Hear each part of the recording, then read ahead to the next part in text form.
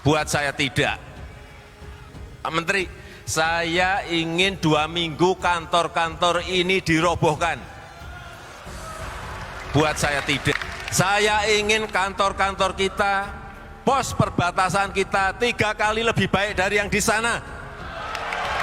Ini bukan apa-apa, ini bukan masalah pos, bukan masalah kantornya, tetapi ini ada martabat, ini harga diri bangsa. Sekali lagi, bangsa kita ini bangsa besar. Indonesia ada bangsa besar, negara besar. Kalau saya dengan cara apapun akan saya bangun lebih baik dari negara-negara tetangga. Di sini naik 1.000 perak saja demonya sampai 6 bulan. Saudara-saudara kita yang di Wamena, yang di Pegunungan Tengah, harga 60.000 diem bertahun-tahun. Apa sih yang menyebabkan bangsa ini ditinggal tetangga-tetangga kita? Kalau kita tidak cepat-cepat lari, cepat-cepat berubah, ingin perubahan baik pola pikir, etos kerja, produktivitas. Ini kalau masih ada yang main-main, saya gigit sendiri.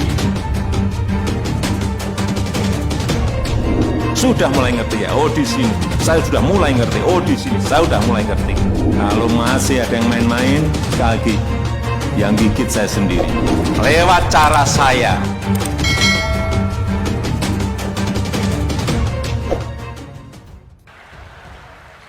Ini negara besar. Kita memiliki potensi besar. Tapi kita harus juga menyadari bahwa kita sekarang ini sudah ditinggalkan oleh tetangga-tetangga kita.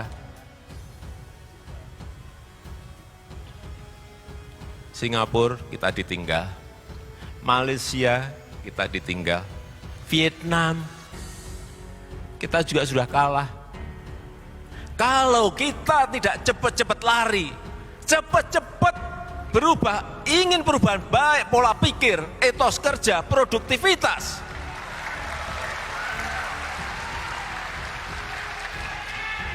Ini yang sering saya diskusikan dengan Bang Surya Paloh. Apa sih yang menyebabkan bangsa ini ditinggal tetangga-tetangga kita? Pertama, etos kerja. Yang kedua, produktivitas. Yang ketiga, kedisiplinan nasional.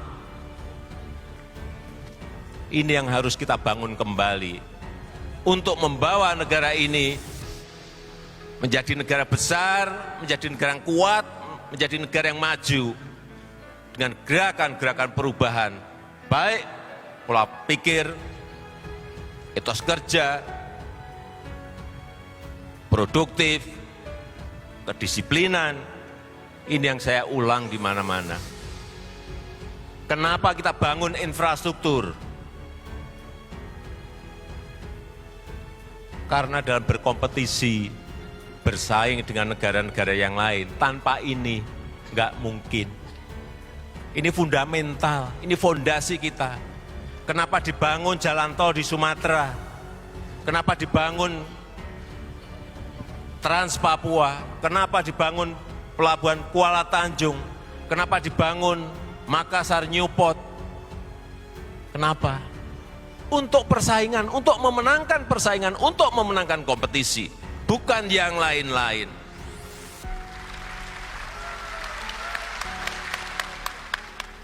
Kalau ditanyakan kepada saya, Presiden Jokowi, kenapa kalau mau bangun itu yang cepat sebetulnya, imbal baliknya itu di Jawa, paling cepat itu. Kalau ditanyakan kepada saya, cepat masuknya, Presiden Jokowi, secara kenapa politik juga kalau mau bangun itu yang cepat sebetulnya, imbal baliknya di Jawa. Tapi saya katakan tidak. Kenapa dibangun Trans Papua?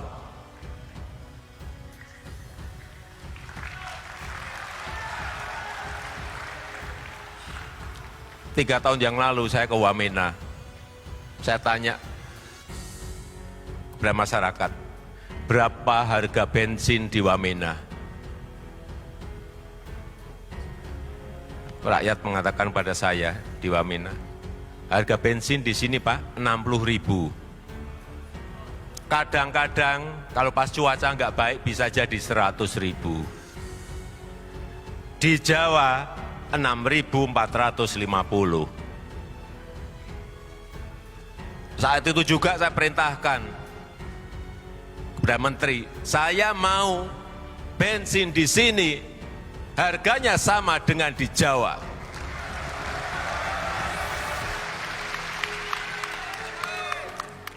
Saya tunggu, saya pengennya cepet. Tapi ternyata 1,5 tahun baru terrealisasi. Tapi itu pun patut kita syukuri. Harus kita syukuri bahwa sekarang harga bensin di Wamena dan sekitar Pegunungan Tengah sama seperti yang kita nikmati di Jawa. Bayangkan di Jawa kalau naik 500 perak saja demonya 4 bulan. Di sini naik 1.000 perak saja demonya sampai 6 bulan. Saudara-saudara kita yang di Wamena, yang di Pegunungan Tengah, harga 60.000 diem bertahun-tahun.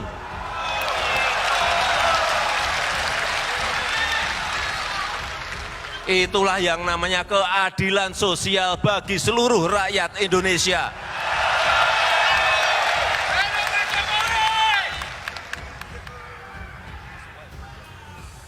Kita sering tidak memiliki perasaan-perasaan seperti itu. Dulu subsidi BBM lebih dari 300 triliun, harga di sana juga 60.000. Ini subsidinya, saya suruh ngitung berapa, 800 miliar.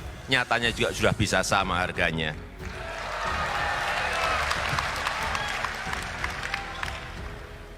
Ada yang bertanya lagi kepada saya, kenapa jalan Trans Papua itu dibangun?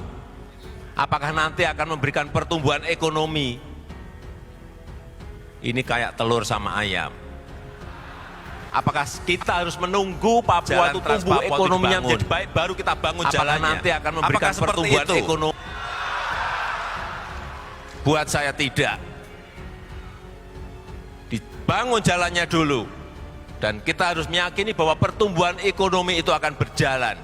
Bisa cepat, bisa tidak cepat. Tapi harus dibangun. Ini sekali lagi juga bukan karena yang lain-lain. Ini adalah pemerataan, ini adalah keadilan sosial bagi seluruh rakyat Indonesia. Kalau sudah membangun seperti itu, jangan memakai hitung-hitungan untung dan rugi.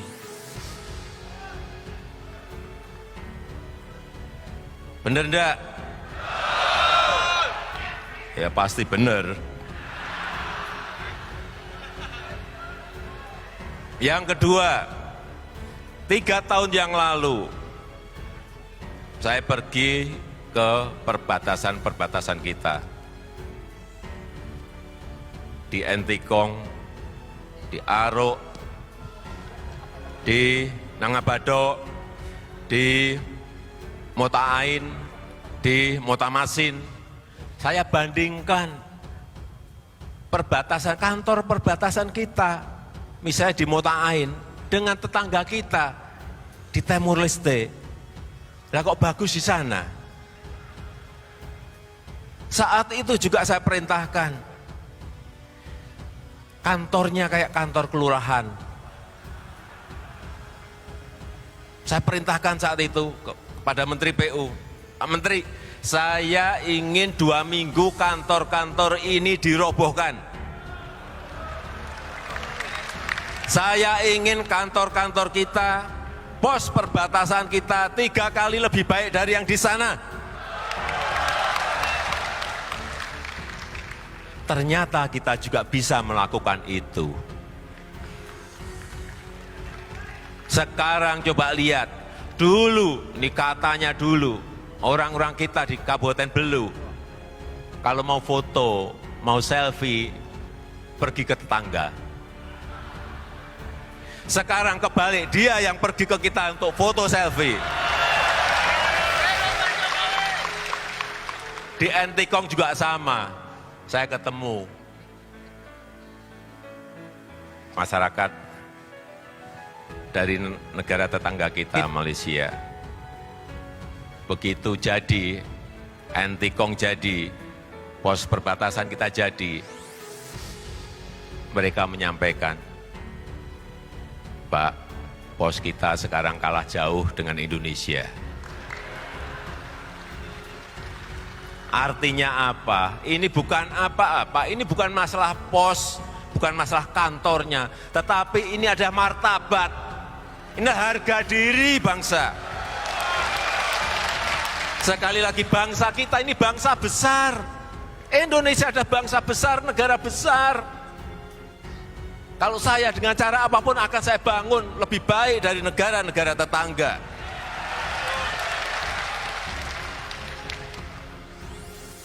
Ya nyatanya kita sekarang lebih baik. Ada yang bertanya lagi kepada saya, kenapa jalan Trans Papua itu dibangun? Apakah nanti akan memberikan pertumbuhan ekonomi? Ini kayak telur sama ayam. Apakah kita harus menunggu Papua itu tumbuh ekonominya menjadi baik baru kita bangun jalannya? Apakah seperti itu? Buat saya tidak. Pak Menteri, saya ingin 2 minggu kantor-kantor ini dirobohkan.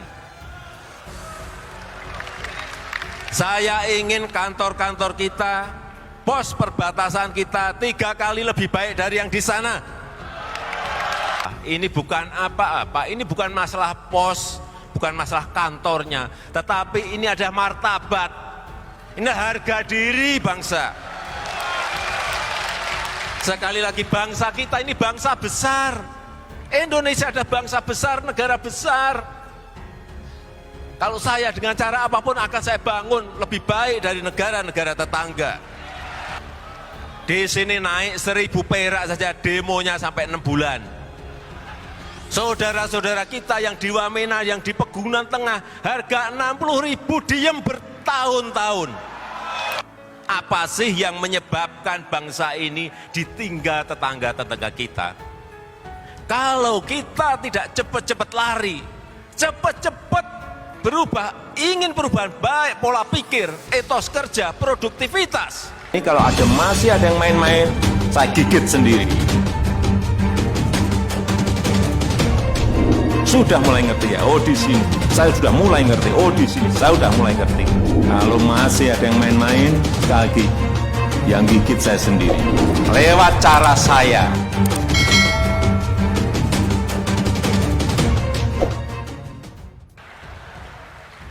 Ini negara besar. Kita memiliki potensi besar. Tapi kita harus juga menyadari bahwa kita sekarang ini sudah ditinggalkan oleh tetangga-tetangga kita.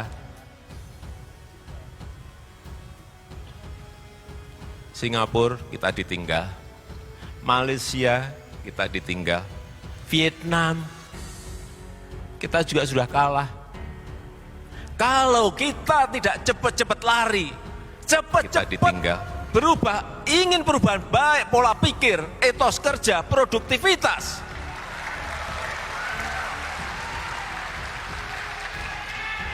Ini yang sering saya diskusikan dengan Bang Surya Paloh. Apa sih yang menyebabkan bangsa ini ditinggal tetangga-tetangga kita? Pertama, etos kerja. Yang kedua, produktivitas. Yang ketiga, kedisiplinan nasional.